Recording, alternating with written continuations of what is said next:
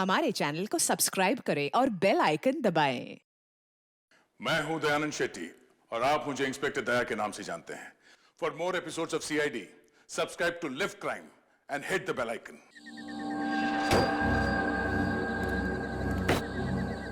आज का दिन ही खराब है।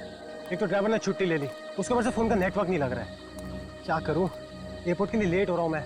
यहाँ तो कोई टैक्सी भी नहीं दिखाई दे रही है। रोको रोको रोको!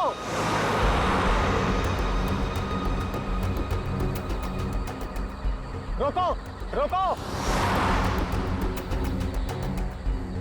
माल है, कोई गाड़ी नहीं रुक रही। टैक्सी!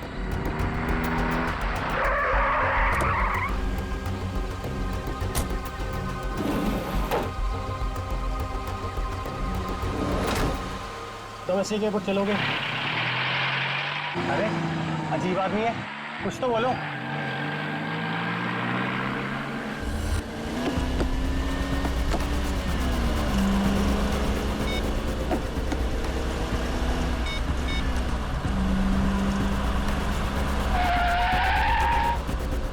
ओ भाई साहब, जरा गाड़ी आराम से चलाओ। मैं आपसे बात कर रहा हूँ। अरे ये कौन से रास्ते से ले जा रहे हो मुझे? एयरपोर्ट तो दूसरी तरफ है ना। रोको रोको गाड़ी, अभी के अभी गाड़ी रोको। लगता है तुम ऐसे नहीं मानोगे। अभी पुलिस को फोन करता हूँ।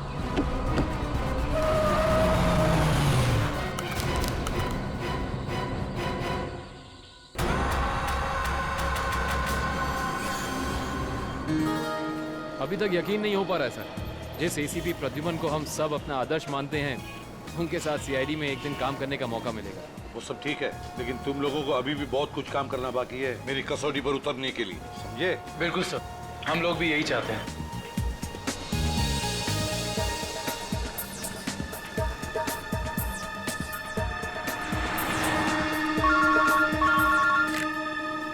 हेलो, एसीपी प्रद्युमन यहाँ।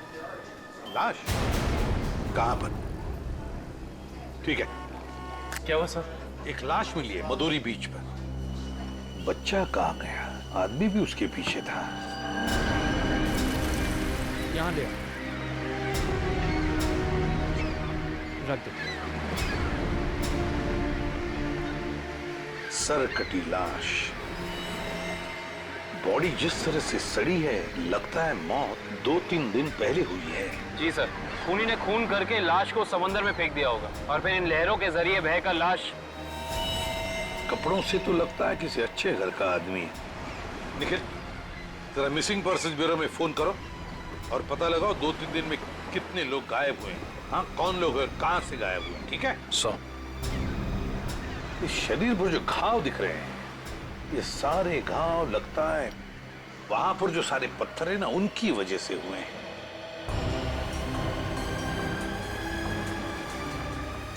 अरे जरा इधर आओ। हाँ साहब। एक बात बताओ, क्या यहाँ कोई ऊंचाई वाली जगह है जहां पर उस तरह के पत्थर हों? हाँ साहब, है ना। यहाँ से 5 किलोमीटर की दूरी पर ऐसी एक पहाड़ी है। 5 किलोमीटर की दूरी पर? ठीक है, थैंक यू। 5 किलोमीटर की दूरी पर पहाड़ी है।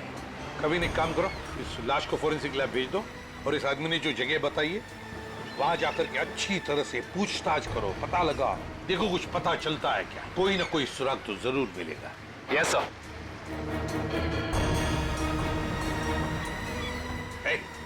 तुम। मैं साहब? हाँ तुम, जरा। आज दोपहर को तुम ही थे ना सिप एंड डाइन होटल के बाहर? नहीं तो साहब। नहीं क्या? एक स्कूल जाने वाले बच्चे के पीछे लगे थे तुम?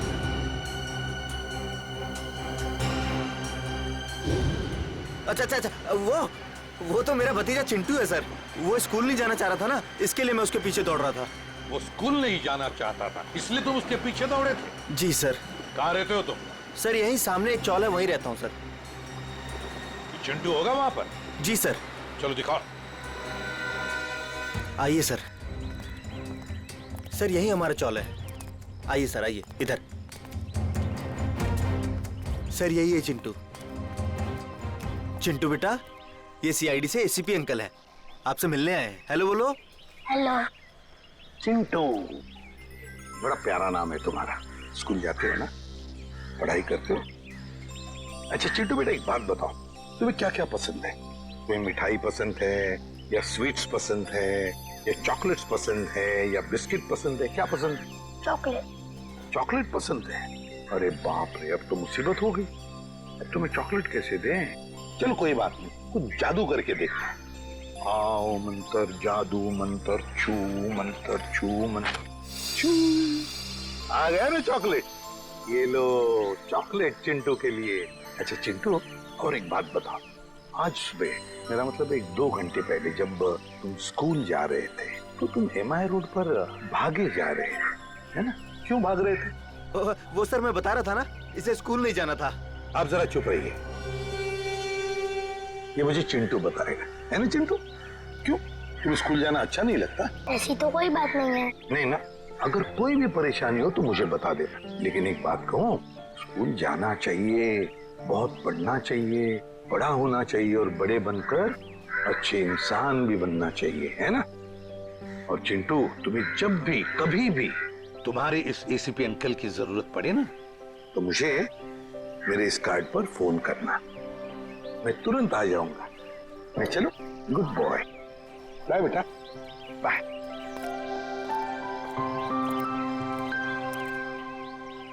बाय चिंटू। ये चिंटू कुछ ना कुछ तो छुपा रहा है, कुछ ना कुछ तो गड़बड़ जरूर है।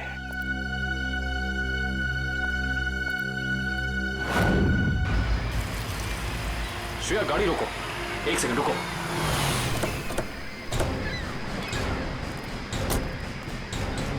ये देखो, यहाँ पेड़ के नीचे खरोचों के निशान हैं। और ये एक गाड़ी के पेंट जैसा लगता है।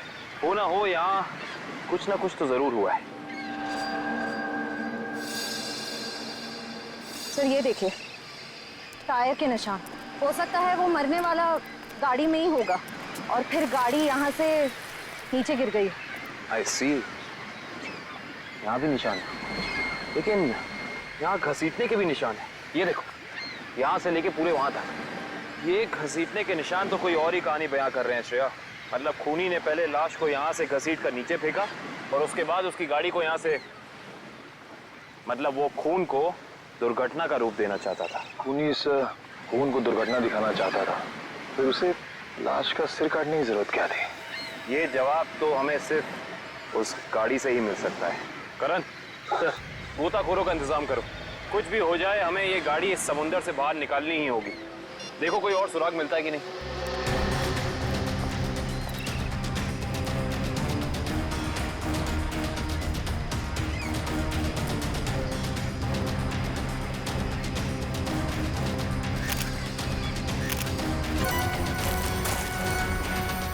सर, आने के सर, वहाँ उस झाड़ी में ये जूता मिला सर। जूता? यहाँ पे? ये जूता बहुत महंगा लगता है। सर हो सकता है मरने वाले का हो। सही कह रही हो श्रेया। मतलब जब खूनी लाश को घसीट के नीचे फेंक रहा था, तब यहाँ पेड़ों से अटक के ये जूता यहीं रह गया।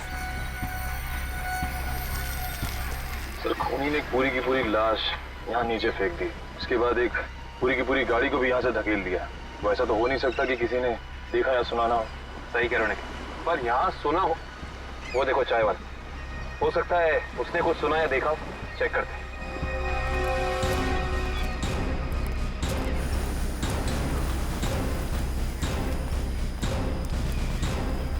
हम लोग CID से हैं। CID? हाँ, वो कल रात में यहाँ एक खून हो गया है पीछे ज्वाला रोड पे। उसके बारे में पूछताछ करनी थी। आप में से किसी ने कुछ देखा या सुना हो? ज्वाला रोड पे? नहीं साहब, हम लोग तो ज्वाला रोड पे जाते ही नहीं है। क्यों? क्या अक्सर वहाँ पे ऐसी घटनाएं होती रहती हैं क्या? हाँ, मगर ये घटना कोई इंसान नहीं, वो आत्मा करती है। टैक्सी वाली आत्मा। टैक्सी वाली आत्मा? हाँ साहब, सुना है एक आत्मा टैक्सी चलाती है जो भोले भाले इंसानों को गाड़ी में बैठाकर उन्हें मार डालती है। ज्वाला रोड पर रात को टैक्सी बैठना मौत को दावा देने जैसा है। कैसी बातें कर रहे हैं? इस सदी में भी ऐसी अंधविश्वास की बातें? नहीं साहब, ये अंधविश्वास नहीं है। 3 दिन पहले मैंने खुद अपनी आंखों से देखा है।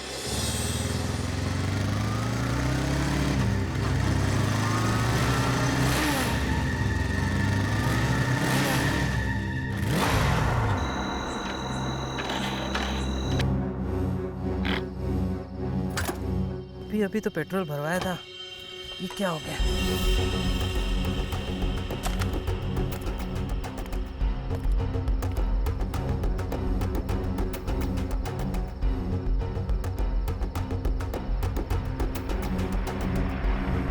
Taxi taxi. ये क्या, बिना ड्राइवर की टैक्सी? ये कैसे हो सकता है? देखिए भाई साहब, ये आपका कोई वहम होगा। वहम नहीं है साहब, वो वही आत्मा वाली टैक्सी थी। वो तो अच्छा हो गया मैं उसमें बैठा नहीं, वरना आज आप लोग मेरे खूनी की तलाश कर रहे होते।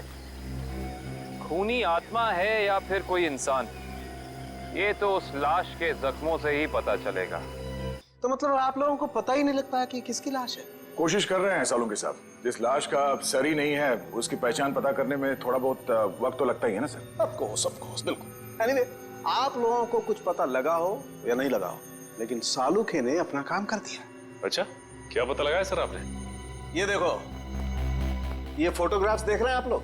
ये उन घावों के फोटोग्राफ्स हैं जो इस आदमी के शरीर पर मिले थे, और ये सारे घाव इस आदमी के मरने के बाद इसके शरीर पर आए। इसका मतलब इस इंसान की मौत इन जख्मों से नहीं हुई है? नहीं केविन, इस आदमी की मौत तभी हो गई थी जब इसकी गर्दन इसके धड़ से अलग की गई थी।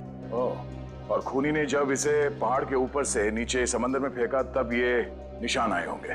बिल्कुल तय। शायद किसी तलवार या बड़े चाकू का इस्तेमाल किया है खूनी ने इस जुर्म को अंजाम देने के लिए। निर्दोषक, अगर किसी तलवार या किसी चाकू का इस्तेमाल किया होता तो मुझे इसकी गर्दन के नीचे यहाँ पर तलवार या चाकू का निशान मिलता। सालुंखे साहब, अगर चाकू से नहीं काटा तो फिर इसकी गर्दन अलग कैसे की? भाई, कोई बहुत ही ताकतवर इंसान है ये खूनी। उस खूनी ने एक ही झटके में इस बेचारी की गर्दन इसके धड़ से उखाड़ कर अलग कर दी। अरे बाप रे, मुझे तो लगता है ये काम उसी टैक्सी वाली आत्मा का होगा। अरे यार, ये इसका मतलब मुजरिम ने खून करने का ये तरीका इसलिए चुना ताकि ये आदमी भी मर जाए और हम इसकी पहचान भी ना कर सकें। गलतफहमी है खूनी को, चाहे खूनी खुद को कितना ही होशियार क्यों ना समझ रहा हो। सीआईडी किसी न किसी तरीके से रास्ता निकाल ही लेती है। बिल्कुल दया, और हमें एक रास्ता मिल भी गया है जो हमें इस आदमी की पहचान भी बताएगा और उस खूनी तक भी पहुंचाएगा। कैसा रास्ता सर? एक मिनट, ये जूता जो आपको क्राइम सीन पे मिला है, और ये इसी आदमी का जूता है, और इस जूते के नीचे हमें क्या मिला है वैभव? इस जूते के नीचे हमें स्याही मिली है जिसका इस्तेमाल प्रिंटिंग प्रेस में किया जाता है, जैसे मैगजीन या न्यूज़पेपर की। प्रिंटिंग प्रेस की स्याही? क्राइम सीन के पास एक प्रिंटिंग प्रेस है तो सही, शायद वहां से हमें कुछ पता चल जाए। Let's go. दया। हाँ सर। एक मिनट, तुमसे बात करनी है। आप लोग जाओ। क्या हुआ सर, कुछ कहना बाकी रह गया क्या? हाँ दया, ये यार एक कार्ड तुम अभिजीत को दे देना। क्या है सर, मैं खोल के देखूं? हाँ देख लो।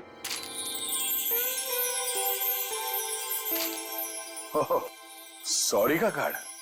हाँ यार, वो एक्चुअली क्या है, पिछले केस में मैंने अभिजीत को कुछ ज्यादा ही उल्टा सीधा बोल दिया यार, so you know I am feeling.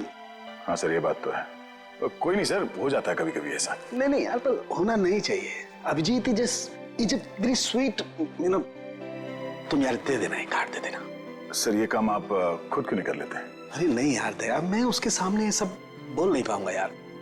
तुम मेरा इतना सा काम नहीं कर सकते यार दया। नहीं सर, आपका ये काम हो जाएगा। थैंक यू दया। कल तूने पीपे कार की रेस देखी? यार लाल वाली गाड़ी ना एकदम हवा से बातें कर। मुझे काली गाड़ी का ड्राइवर ना बहुत ज्यादा अच्छा लगा। बस 15 सेकंड पहले उसकी गाड़ी बिगड़ती नहीं ना, रेस तो वही जीतता। क्या बात है, लगता है आप लोगों को कार रेसिंग देखने का बहुत शौक है। थोड़ा बहुत है, लेकिन आप लोग कौन है? सीआईडी। सीआईडी? बोलिए सर, हम आपकी क्या मदद कर सकते हैं? आप लोग कोई ब्रोशर वगैरह छपवाना चाहते हैं क्या? जी नहीं, ऐसी कोई बात नहीं। हम लोग एक खून के सिलसिले में यहाँ पे आए हैं। खून? हाँ खून। दरअसल हमें यहाँ पास के समंदर में एक लाश मिली है जिसका सर कटा हुआ है। बाप रे। जी, और ये उसी लाश का जूता है जिस पर प्रिंटिंग प्रेस में इस्तेमाल होने वाली स्याही लगी है, और ये वही स्याही है जिसका इस्तेमाल आप लोग करते हैं अपनी अखबार छापने के लिए। हमारे यहाँ तो कोई इस तरह का जूता नहीं पहनता सर। पर शायद इस तरह का कोई आदमी आया हो 2-3 दिन पहले जिसने ऐसे जूते पहने हो। कुछ याद है तुम लोगों को? देखो, ध्यान से सोच के बताओ, और ये फोटो को ध्यान से देखो। इस तरह के कपड़े पहने थे उसने, कुछ याद है? शुक्रवार के दिन कुछ लोग आए थे जिन्होंने इस तरह के कपड़े पहने हुए थे। अच्छा, कौन लोग थे ये? वीबिज कॉर्पोरेट्स करके एक कंपनी है जो हमारी इस प्रिंटिंग प्रेस को खरीदना चाहती है, इसी सिलसिले में। ओह, वी बिज कोऑपरेट।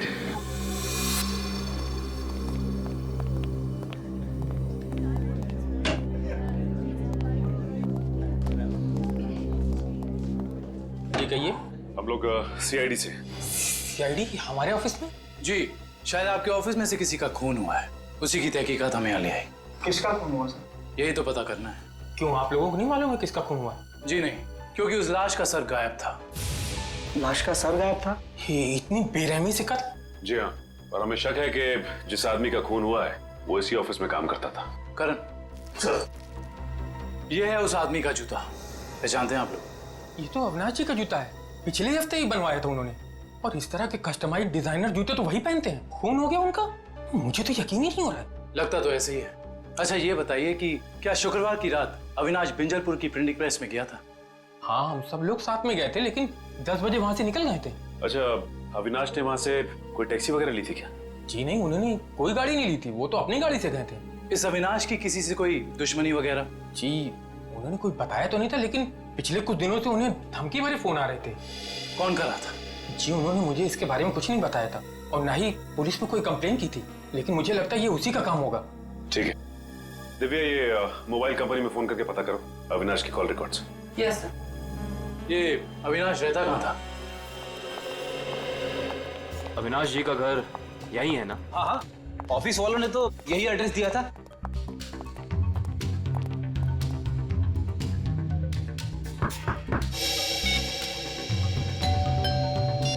घर में कोई नहीं है क्या?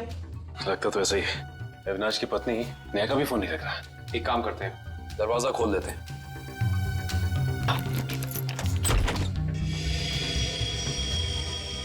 वाकई घर में कोई नहीं है। कहीं ऐसा तो नहीं कि किसी ने नेहा जी को भी? चोर चोर, कोई है, पुलिस को फोन करो। रिलैक्स मैडम,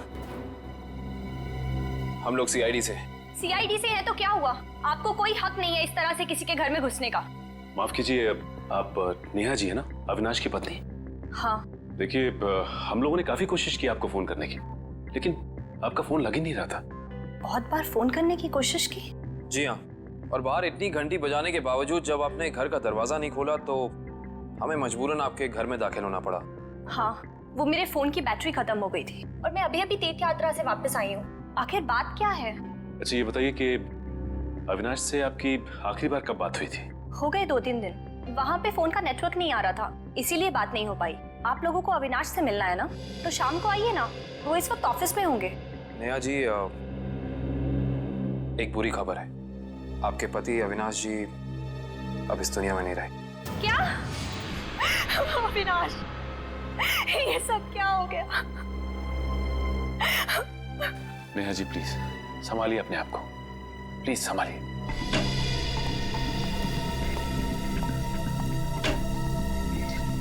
नेहा जी, अविनाश जी के ऑफिस वालों ने हमें बताया है कि पिछले कुछ दिनों से उन्हें धमकी भरे फोन आ रहे थे। आपको कुछ पता है इसके बारे में? नहीं, अविनाश ने मुझे इस बारे में कभी कुछ नहीं बताया।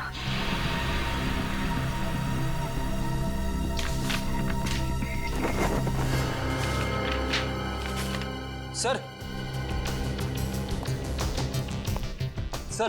डस्टबिन में से ये कागज मिला है, इस पे कुछ लेटर्स चिपकाए गए हैं। ऐसा लग रहा है जैसे किसी मैगजीन वगैरह से काट के चिपकाए गए हैं। नेहा जी, ये शब्द क्या अविनाश जी ने काट के चिपकाए? नहीं, अविनाश तो मैगजीन कभी पढ़ते ही नहीं थे। तो हो सकता है कि धमकी देने वाले ने ये चिट्ठी लिखी हो।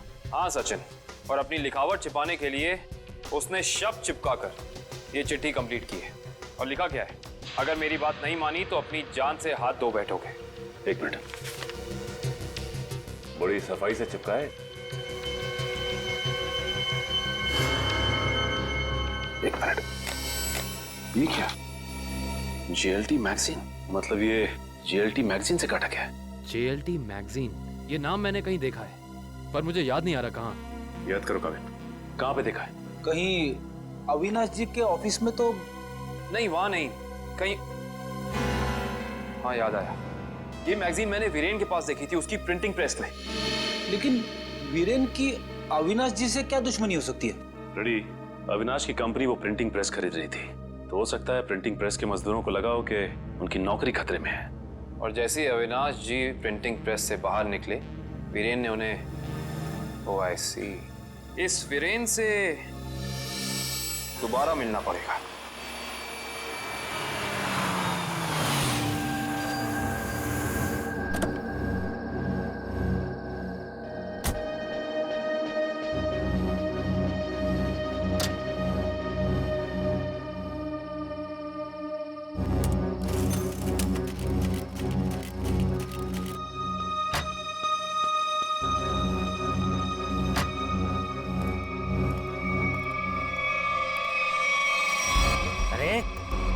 क्या बदतमीजी है? चेहरे पे लाइट क्यों मार रहा है?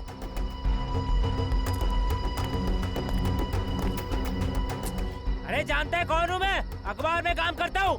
पागल है? रात को भी यार आदमी। लगता है ऐसे नहीं मानेगा तू। आज घर मार खा के जाने का इरादा लेके आया तू। तेरी तो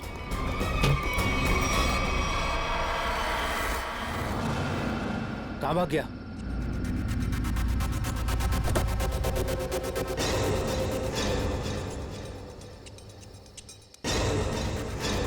कहाँ भाग गया?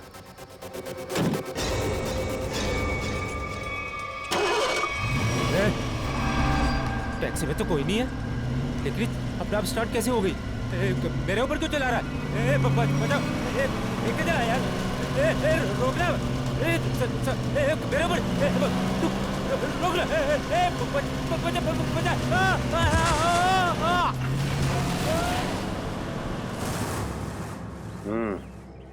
एक और खून। लगता है कोई गाड़ी बड़ी तेजी से इसके शरीर के ऊपर से गई है। शरीर के इस हिस्से को और इस हिस्से को बुरी तरह से कुचल दिया है। बड़ी बेरहमी से मारा है। सर, अब तक तो हम ये सोच रहे थे कि अविनाश के खून में वीरेन का हाथ है, पर अब किसी ने वीरेन को ही मार दिया। हाँ श्रेया, अविनाश और वीरेन की मौत के बीच में कोई ना कोई समझ जरूर है। मगर सर, किसी और गाड़ी से कोई खून क्यों करेगा? क्या मतलब है तुम्हारा? सर, मैं ये कहना चाहता हूँ कि मुझे लगता है कि ये खून आत्मा वाली टैक्सी नहीं किया है सर। फिर वही आत्मा? पंकज जी, आत्मा वात्मा कुछ नहीं होती, समझे? सर, ये मैं नहीं कह रहा हूँ सर। सर, आपको याद है ना उस आदमी ने क्या कहा था? सुना है एक आत्मा टैक्सी चलाती है जो भोले भाले इंसानों को गाड़ी में बैठाकर उन्हें मार डालती है। ज्वाला रोड पर रात को टैक्सी बैठना मौत को दावा देने जैसा है। हाँ, इसका एक्सीडेंट किसी टैक्सी से हुआ या फिर किसी गाड़ी से, इसका पता तो इस एटीएम पे लगे हुए कैमरे से ही चलेगा। एक काम करो करण, दिव्या सर, जरा फुटेज निकालो, तब तक हम लोग गाड़ी चेक कर लेते हैं।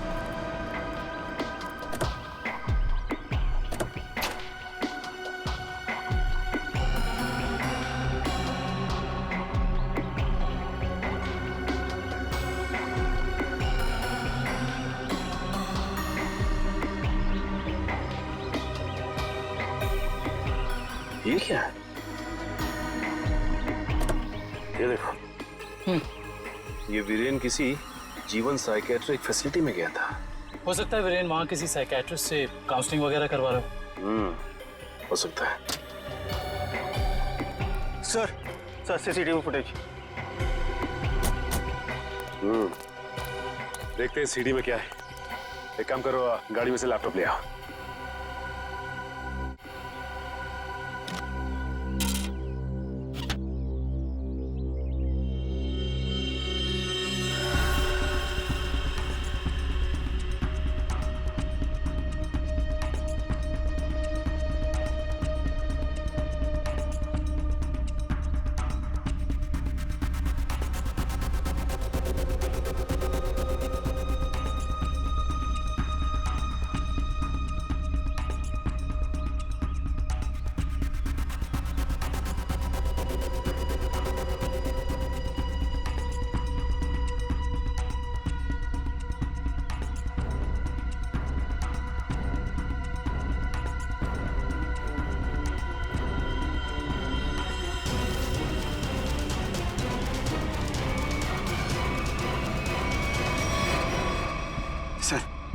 देख लिया आप लोगों ने? मैं कहता था ना, आत्मा वाली टैक्सी। जरा ड्राइवर सीट पे जूम इन करो।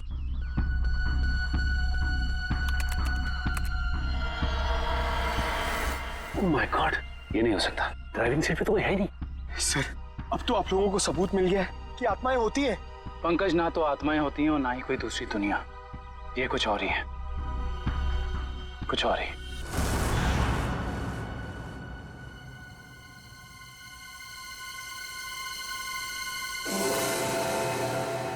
सर, हालत बहुत खराब है सर। सर, अगर आज मुझे कुछ हो गया ना तो मेरी माँ को एक मेरा आखिरी संदेशा दे दीजिएगा। क्या? सर, उनसे कहिएगा कि जो वो इतने प्यार से मोतीचूर के लड्डू बनाती है ना, वो ना बनाए, क्योंकि उन्हें प्यार से खाने वाला उनका लाल शहीद हो चुका है सर। अरे तो इसमें आंटी जी के लड्डुओं पर रोक लगाने की क्या जरूरत है?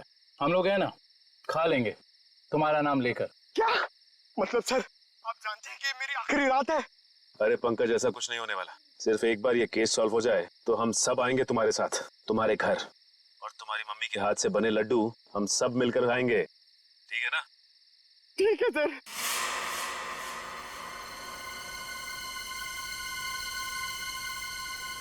पंकज, शायद कोई आ रहा है। हे भगवान, सर,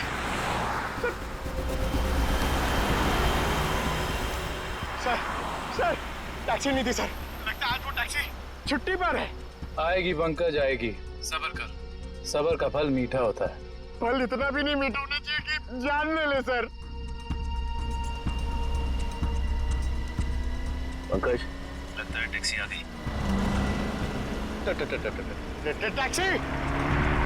रुक जा, रुक जा, रुक जा।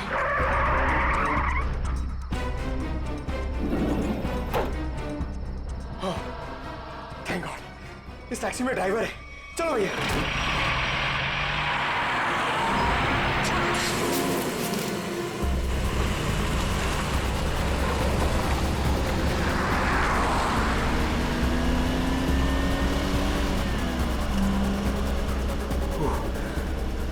अरे ये क्या है? अरे भाई साहब, ये ड्राइवर! सर! सर, इस गाड़ी में ड्राइवर नहीं है! सर! सर! सर, इस गाड़ी में ड्राइवर नहीं है!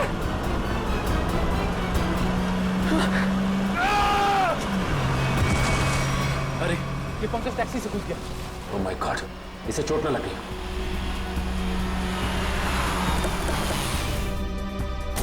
पंकज, पंकज, पंकज उठो। तुम ठीक हो ना? Pankaj, you okay? Sir sorry, मैं अपनी जान बचाने के लिए उस टैक्सी से कूद गया सर। मैं ज्यादा देर नहीं बैठ पाया। मगर ऐसा क्या हुआ उस टैक्सी में? सर, उस टैक्सी का ड्राइवर हवा में गायब हो गया सर। उस टैक्सी में कोई ड्राइवर ही नहीं है। अरे पंकज, ऐसा कैसे हो सकता है? ये तुम्हारा वहम तो नहीं है? ये मेरा वहम नहीं है सर। मैं अपनी जान बचाने के लिए कूदा हूँ सर। ये मेरा वहम नहीं है। ड्राइवर ही नहीं है उस टैक्सी में सर। टैक्सी सीधी गई है? हाँ सर, वही गई है। टैक्सी सीधी गई है तो फिर कोई टेंशन नहीं। हमारे साथ ही उस तरफ है। अब तक तो टैक्सी वाला पकड़ा भी गया होगा। It's okay. फ्रेडी और श्रेयत, मैंने तुम्हें कहा था कि निकल्स पॉइंट पे रुको। तुम लोग यहाँ चले आए। ये वहाँ कोई टैक्सी आई क्या? नहीं तो, वहाँ पे तो कोई टैक्सी नहीं आई। ऐसा कैसे हो सकता है? ये सड़क तो बिल्कुल सीधी है, ना कोई राइट ना कोई लेफ्ट, तो फिर टैक्सी गायब कहाँ हो सकती है? सर, हम पिछले 3 घंटों से वहीं इंतजार कर रहे हैं। वहाँ कोई टैक्सी नहीं आई। सर, कहीं उस ड्राइवर की तरह वो टैक्सी भी तो गायब नहीं हो गई? नहीं पंकज, नहीं। ना ही ड्राइवर गायब हुआ है और ना ही कोई टैक्सी। ये जरूर कुछ और ही चक्कर है। हम लोगों की आंख में धूल झोंकने का चक्कर। सर, कहीं ऐसा तो नहीं कि उस टैक्सी वाले ने टैक्सी कहीं छुपा दी हो? नहीं फ्रेडी, ये नहीं हो सकता। ये एक ही रास्ता है और यहाँ पे ना टैक्सी छिपाई जा सकती है और ना गायब हो सकती है। सर, एक चीज तो मैं आपको देना ही भूल गया। ये देखिए सर, ये मुझे सीट के नीचे मिला था टैक्सी में। अविनाश का ड्राइविंग लाइसेंस। इसका मतलब है कि जिस रात अविनाश का खून हुआ उस वक्त उसका ये वॉलेट उसी टैक्सी में छूट गया था। ये क्या? ये तो बिल्कुल वैसा ही पास है जैसे हमें वीरेन की गाड़ी में से मिला था, साइकेट्रिक क्लिनिक का पास। इस वीरेन और अविनाश का कुछ तो संबंध जरूर है उस साइकेट्रिक क्लिनिक से। मगर सर, वो टैक्सी? श्रेया, टैक्सी ऐसे अचानक गायब नहीं हो सकती। एक काम करते हैं, इस रास्ते का चप्पा चप्पा छान मारते हैं, टैक्सी जरूर मिलेगी। चलो देखते हैं कच्चा रास्ता कहाँ जाता है। शायद इसी कच्चे रास्ते पर आकर वो टैक्सी गायब हो गई। हाँ दुष्यंत, तो वैसे भी रास्ता काफी सुनसान है। अरे ये क्या? ये तो डेड एंड है।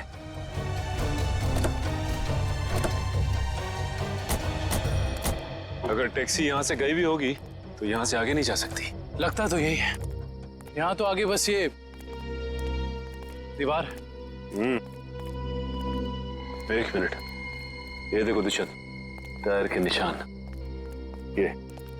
ये दीवार के पास आके खत्म हो जाते हैं। ये बात तो है। दुष्यंत, इस दीवार के पीछे जरूर कोई ना कोई खुफिया रास्ता है। हो सकता है सचिन, और ये भी हो सकता है कि यहाँ कोई खुफिया बटन या लेवर हो जिससे ये दीवार हट जाए और हमें वो जगह दिख जाए जहाँ वो टैक्सी गई है।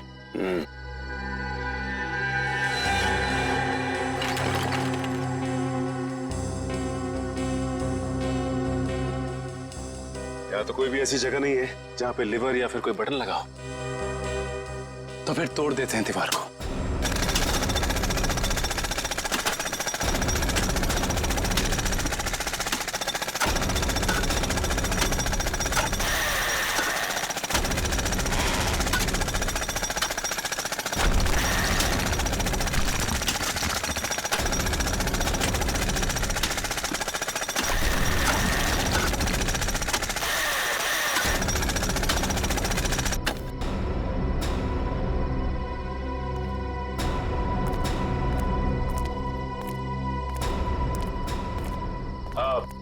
तुम लोग जा सकते हो।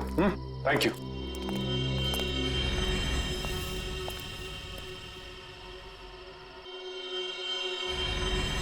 ओह माय गॉड, तो ये वो जगह है, मगर टैक्सी तो दिख नहीं रही। इसका मतलब यहाँ से बाहर निकलने का कोई दूसरा रास्ता भी है। लगता है ये है वो दूसरा रास्ता। यहाँ से बहुत प्लानिंग के साथ किए जा रहे हैं ये काम, और इसी प्लानिंग की कोई ना कोई कड़ी हमें यहाँ जरूर मिलेगी।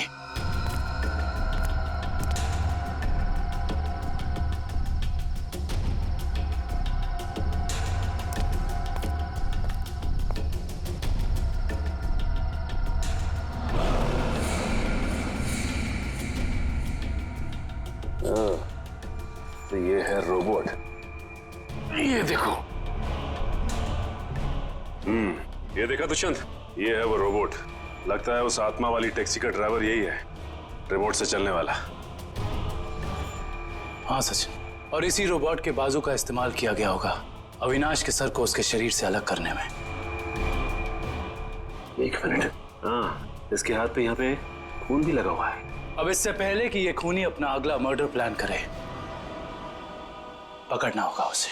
दोनों की मौत हो गई है। इन दोनों की मौत हो गई? जी हाँ, इन दोनों को किसी ने मार डाला है। डॉक्टर साहब, आप ये बताएंगे कि ये दोनों आपकी क्लिनिक में कुछ दिन पहले आए थे क्या? हाँ, हमारी क्लिनिक में एक मरीज है रीचा, उसी से मिलने आए थे। दोनों अकेले आए थे या साथ साथ? साथ आए थे। कह रहे थे कि दोनों दोस्त हैं और रीचा से उनकी पुरानी दोस्ती है। ओह, दोनों दोस्त थे। तो फिर वीरेन ने अविनाश का जूता कैसे नहीं पहचाना? इसका मतलब ये वीरेन हमसे कुछ छुपा रहा था। अच्छा, ये रीचा से मिल सकते हैं हम? हाँ, आप जरूर मिल सकते हैं, लेकिन एक बात है, बहुत मुश्किल से रीचा की हालत में सुधार आया है, तो आप उससे कोई ऐसा सवाल ना पूछिएगा जिससे वो परेशान हो जाए। आप चिंता ना कीजिए, हम समझ सकते हैं। करण, इशिता, तुम दोनों यहीं रुको, हम रीचा से मिलकर आते हैं। आइए।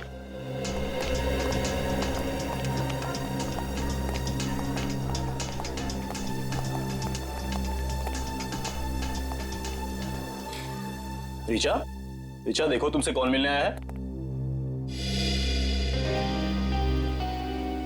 हेलो रीचा, मेरा नाम काविन है, ये सचिन है और ये फ्रेडी। हम तीनों सीआईडी के लिए काम करते हैं। सीआईडी? जी हाँ ऋचा जी, इन फोटोज को ध्यान से देखिए। इन्हें पहचानती हैं? ये आपके दोस्त अश्विन और ये वीरेन। वो ये दोनों कुछ दिन पहले आपसे मिलने आए थे ना? नहीं।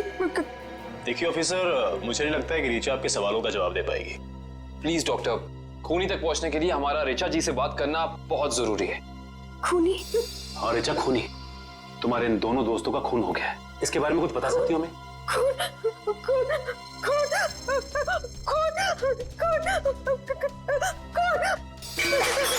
ये क्या बकवास है? वो लड़की इस कमरे की चार दीवारी से बाहर नहीं निकलती, आप इसे खून के बारे में सवाल पूछ रहे हैं? Richa, come down. Nurse, B7129 जल्दी लो, जल्दी लो। Richa, come down.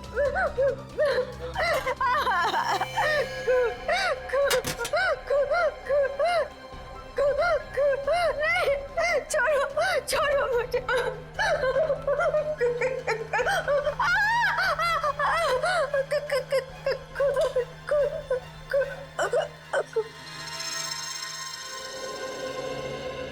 माफ कीजिएगा डॉक्टर साहब, हमारा ऐसा कोई इरादा नहीं था।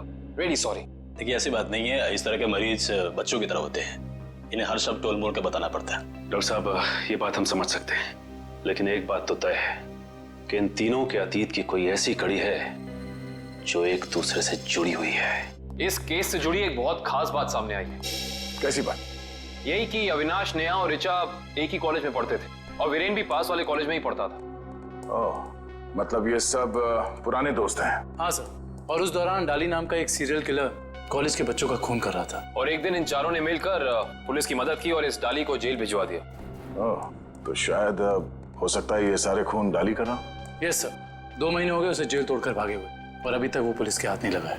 ये अविनाश और वीरेन तो मारे गए हैं, वो अगला शिकार या तो ऋचा है या फिर नेहा। श्रेया, इस ऋचा के क्लिनिक में फोन करो, उसे चौकन्ना रहने के लिए कहो, जल्दी। दुष्यंत, नेहा को फोन लगाओ, जल्दी।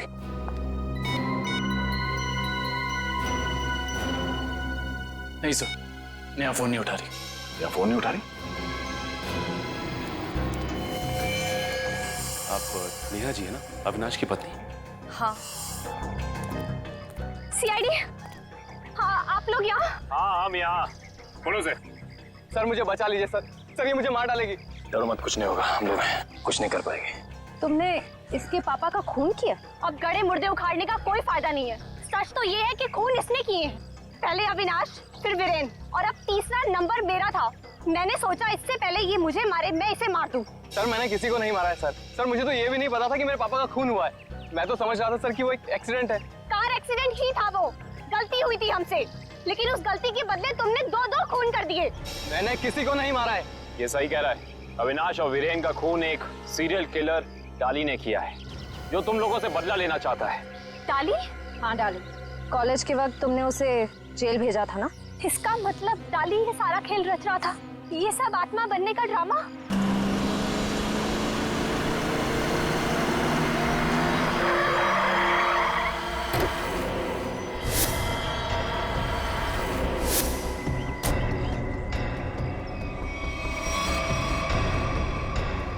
पापा, आप? ये कैसे हो सकता है? वो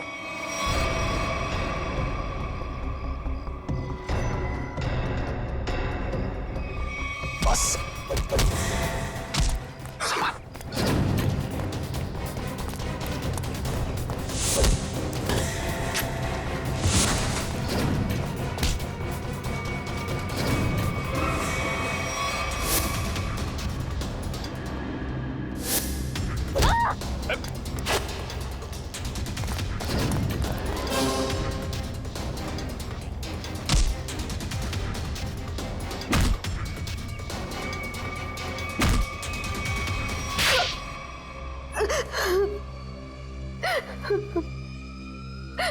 क्यों किया तुमने ये सब? हाँ? सर, 4 साल पहले हमारी ग्रेजुएशन पार्टी की रात अविनाश ने बहुत शराब पी रखी थी। मेरे लाख मना करने के बाद भी वो नहीं माना, लेकिन फिर भी उसने जिद की कि वो ड्राइवर सीट पर बैठेगा, और वो बैठ गया। उसके बाद जो हुआ, उस हादसे ने मेरी जिंदगी को झंझोड़ कर रख दिया।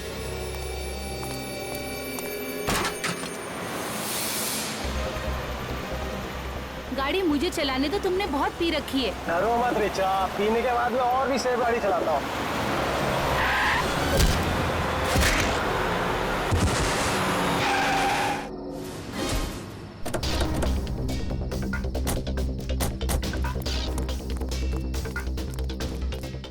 ओह माय गॉड, ये क्या किया तुमने?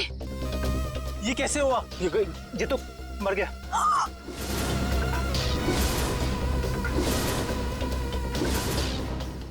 अविनाश, तुमने इसकी जान ले ली। कहा था ना तुम्हें, मुझे गाड़ी चलाने दो। ऋचा प्लीज, मैंने इसे जानबूझ के नहीं मारा है। प्लीज अपनी गलती पर पर्दा डालने की कोशिश मत करो। हमें पुलिस को बुलाना होगा। तुम्हारा दिमाग खराब हो गया? अगर पुलिस आई तो हम सबके सब अंदर जाएंगे। सब क्यों जाएंगे? सिर्फ अविनाश जाएगा। क्या तुम अपने दोस्त को जेल भिजवाओगी? दोस्ती अपनी जगह और कानून अपनी जगह। कोई पुलिस नहीं बुलाएगा। तुम्हारी बेवकूफी की वजह से सबकी जिंदगी खराब हो सकती है। अगर हम पुलिस को नहीं भी बुलाएंगे तभी पुलिस को पता चल जाएगा। किसी को कुछ पता नहीं चलेगा। अब एक काम करते हैं, इसकी लाश को टैक्सी में डालते हैं और टैक्सी को खाई में धक्का दे देते हैं। ये राज हमेशा हमेशा के लिए यहीं दफन हो जाएगा। क्या? एक टैक्सी वाले का खून कर दिया तुम लोगों ने? हाँ सर, मेरे लाख समझाने के बाद भी उन तीनों ने अपने आप को कानून के हवाले नहीं किया। उन्हें डर था कि उनका सुनहरा भविष्य शुरू होने से पहले ही खत्म हो जाएगा। और तुम इस हादसे से उभर नहीं पाई, तुम्हें साइकेट्रिस्ट फैसिलिटी ज्वाइन करनी पड़ी। हाँ, क्योंकि मेरा दिल उन तीनों की तरह पत्थर का नहीं। आज भी उस टैक्सी ड्राइवर की मौत का बोझ मेरे जमीर को कचोटता रहता है। अगर इतनी तकलीफ हो रही थी तुम्हें, तो तुम सीआईडी के पास क्यों नहीं आई मदद के लिए? हा? मैं आना चाहती थी, मगर जब मैं नेहा के पास गई तो इन तीनों ने मुझे धमकी दी कि अगर मैं आप लोगों के पास आई तो वो लोग मुझे भी मार डालेंगे। अच्छा, तब भी तुमने सीआईडी के पास आना ठीक नहीं समझा? मेरे डैड एक वर्ल्ड क्लास रिसर्चर थे। उन्होंने एक नई तकनीक का आविष्कार किया था जिससे गाड़ियां रिमोट कंट्रोल की मदद से चलाई जा सकती है। अच्छा, इसलिए बदला लेने के लिए तुमने एक ऐसी टैक्सी का इस्तेमाल किया जो रिमोट से चलती है, जिसमें एक रोबोट बैठा था। हाँ, जैसे मेरी जिंदगी भी एक टैक्सी की वजह से बर्बाद हो गई, उन तीनों का भी अंत उस टैक्सी की वजह से ही हो। मगर जब हमारा ऑफिसर पंकज टैक्सी में बैठा था, तब तुमने उस रोबोट को गायब कैसे किया? पेनेटली हुआ केमिकल के जरिए। उसका असर इतना खतरनाक होता है कि खुद ब खुद देखते ही देखते अपने आप चीजें नष्ट हो जाती है, कुछ कुछ एसिड की तरह। बहुत लंबी प्लानिंग की थी तुमने खून करने की, मगर क्या फायदा हुआ? हा? पकड़ी गई ना। अगर पहले सीआईडी के पास आती मदद के लिए तो शायद तुम्हें फांसी नहीं होती। क्या बन? कुछ पता चला? सर, उस बच्चे चिंटू के बारे में सब कुछ पता चल गया है। क्या? उसके माँ बाप गांव में रहते हैं, लेकिन बेहतर पढ़ाई के लिए उसके माँ बाप ने उसके चाचा के घर शहर भेज दिया। लेकिन पैसे के लालच में इस चाचा ने उस बच्चे से बाल मजदूरी कराना शुरू कर दिया। चाचा चिंटू से बाल मजदूरी करवाता है? बाल मजदूरी? तो फिर ऐसे चाचा की एक ही जगह हो सकती है, एक ही जगह, काल कोठरी। तुझसे बड़ा सुस्त और आलसी लड़का तो मैंने देखा नहीं। चल काम कर। मुझे काम नहीं करना, मुझे स्कूल जाना है। बेटा, स्कूल जाने के लिए फीस की जरूरत होती है और तेरे चाचा के पास कोई पैसों का पेड़ नहीं है। और सुन, अगर यहाँ से फिर से भागने की कोशिश की तो मुझसे बुरा कोई नहीं होगा। मुझे काम नहीं करना है। सीपी अंकल ने कहा था मुझे रोज स्कूल जाना चाहिए। स्कूल जाएगा? बड़ा है स्कूल जाने वाला। तेरी तो गंदे नाले के कीड़े बच्चे पे हाथ उठाता है। हाँ? अरे तुम कहाँ भाग के जा रहे हो चाचा जी? तुम्हें तो जेल में जाकर पत्थर तोड़ने हैं। आजा, करेक्ट, ले जाओ इन दोनों को। थैंक यू सीपी अंकल, मुझे यहाँ काम करना बिल्कुल अच्छा नहीं लगता था। देखो चिंटू बेटा, तुम्हें कोई काम करने की जरूरत नहीं है, समझे? तुम स्कूल जाओगे, अच्छी तरह से पढ़ाई करोगे और बड़े बन जाओगे। और सिर्फ तुम ही नहीं, तुम्हारे सारे दोस्त भी, और उन सब का ख्याल हम रखेंगे, है ना? तो बताओ, खूब खूब पढ़ाई करोगे ना? हाँ, मैं बड़ा होकर आपकी तरह एक सीआईडी ऑफिसर बनूंगा और जिम को मिटा दूंगा। अरे वाह! चलो, इस बात पर हम तुम्हें चॉकलेट खिलाएंगे और चाहिए तो आइसक्रीम भी खिलाएंगे, और जो कुछ मांगोगे वो सब देंगे, तुम्हें भी और तुम्हारे इन दोस्तों को भी। चलो बच्चों, चलो इन्हें ले चलो।